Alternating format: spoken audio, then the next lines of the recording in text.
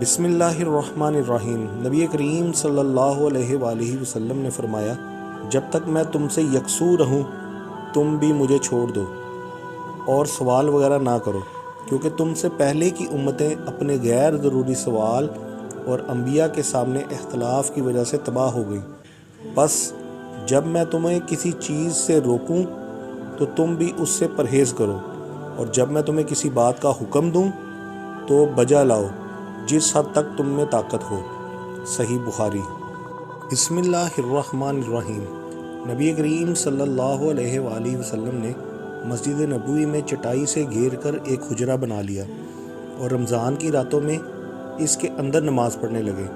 پھر اور لوگ بھی جمع ہو گئے تو ایک رات حضرت صلی اللہ علیہ وآلہ وسلم کی آواز نہیں آئی۔ لوگوں نے سمجھا کہ حضرت صلی اللہ علیہ وآلہ وسلم سو گئے ہیں، اس لیے ان میں سے بعض کھنگارنے لگے تاکہ آپ باہر تشریف لائیں۔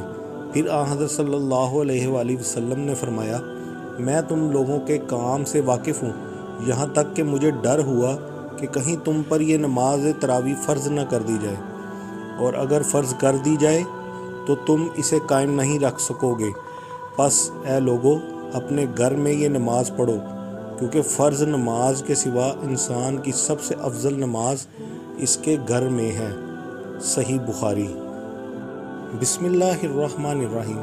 رسول اللہ صلی اللہ علیہ وآلہ وسلم سے کچھ چیزوں کے متعلق پوچھا گیا جنہیں آپ نے ناپسند کیا۔ جب لوگوں نے بہت زیادہ پوچھنا شروع کر دیا تو آپ ناراض ہوئے اور فرمایا، پوچھو۔ اس پر ایک صحابی کھڑا ہوا اور پوچھا، یا رسول اللہ، میرے والد کون ہیں؟ حضرت صلی اللہ علیہ وآلہ وسلم نے فرمایا کہ تمہارے والد حذیفہ ہیں۔ پھر دوسرا صحابی کھڑا ہوا اور پوچھا، میرے والد کون ہیں؟ فرمایا کہ تمہارے والد شیبہ کے مولا سالم ہیں۔ پھر جب حضرت عمر رضی اللہ عنہ نے حضرت صلی اللہ علیہ وآلہ وسلم کے چہرے پر غصے کے آثار محسوس کیے تو عرض کیا، ہم اللہ عز و جل کی بارگاہ میں آپ کو غصہ دلانے سے توبہ کرتے ہیں۔ صحیح بخاری۔ بسم اللہ الرحمن الرحیم۔ معاویہ رضی اللہ عنہ نے مغیرہ رضی اللہ عنہ کو لکھا کہ جو تم نے رسول اللہ صلی اللہ علیہ وآلہ وسلم سے سنا ہے وہ مجھے لکھیے۔ تو انہوں نے انہیں لکھا کہ نبی کریم صلی اللہ علیہ وآلہ وسلم ہر نماز کے بعد کہتے تھے، تنہا اللہ کے سوا کوئی معبود نہیں، اس کا کوئی شریک نہیں، ملک اسی کا ہے اور تمام تعریف اسی کے لیے ہیں، اور وہ ہر چیز پر قادر ہے۔ اے اللہ، جو تو عطا کرے اسے کوئی روکنے والا نہیں، اور جسے تو روکے اسے کوئی دینے والا نہیں، اور کسی نصیبہ ور کا نصیبہ تیرے مقابلے میں اسے نفع نہیں پہنچا سکے گا۔ اور انہیں یہ بھی لکھا کہ حضرت صلی اللہ علیہ وآلہ وسلم بے فائدہ بہت سوال کرنے سے منع کرتے تھے، اور مال ضائع کرنے سے، اور آپ ماؤں کی نافرمانی کرنے سے منع کرتے تھے، اور لڑکیوں کو زندہ درگور کرنے سے، اور اپنا حق محفوظ رکھنے اور دوسروں کا حق نہ دینے سے، اور بے ضرر مانگنے سے منع فرماتے تھے۔ صحیح بخاری۔ بسم اللہ الرحمن الرحیم۔ نبی کریم صلی اللہ علیہ وآلہ وسلم سورج ڈھلنے کے بعد باہر تشریف لائے اور ظہر کی نماز پڑھی۔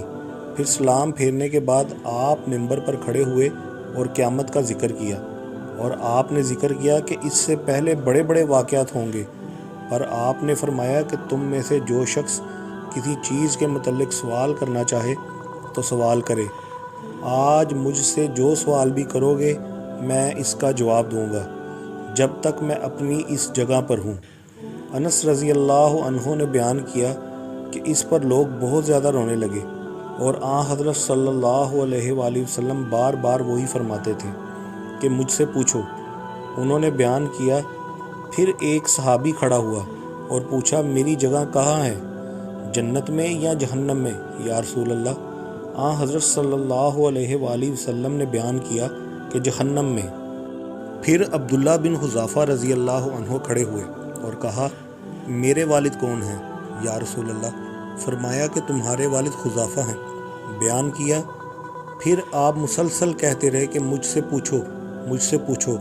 آخر عمر رضی اللہ عنہ نے اپنے گھٹنوں کے بل بیٹھ کر کہا، ہم اللہ سے رب کی حیثیت سے، اسلام سے دین کی حیثیت سے، محمد صلی اللہ علیہ وآلہ وسلم سے رسول کی حیثیت سے راضی و خوش ہیں۔